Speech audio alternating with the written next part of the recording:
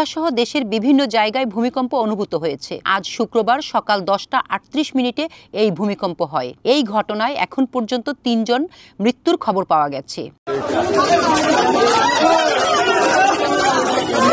বংশাল থানার পরিদর্শক মোহাম্মদ সোহেল হোসেন তথ্যটি নিশ্চিত করে বলেন, রাজধানীর বংশালের কসাইটুলিতে 5 তলা ভবনের রেলিং ধসে 3 জন নিহত হয়েছে। আরও একজন গুরুতর আহত হয়েছে।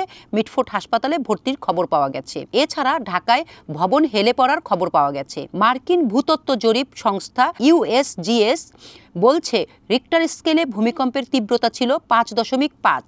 ভূমিকম্পের কেন্দ্রস্থল রাজধানীর নরসিংদী।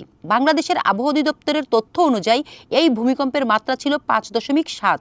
এর উৎপত্তিস্থল নরসিংদীর মাধবদ্বীপ। চাঁদপুর, নীলফামারী, সীতাকুণ্ড, সিরাজগঞ্জ, নারায়ণগঞ্জ, পটুয়াখালী, বরগুনা, বরিশাল, মৌলভীবাজার থেকে ভূমিকম্প অনুভূত হওয়ার খবর পাওয়া গেছে। ভূমিকম্পের সময় ঢাকার বিভিন্ন এলাকায় অনেকেই আতঙ্কে ঘর থেকে বেরিয়ে আসেন।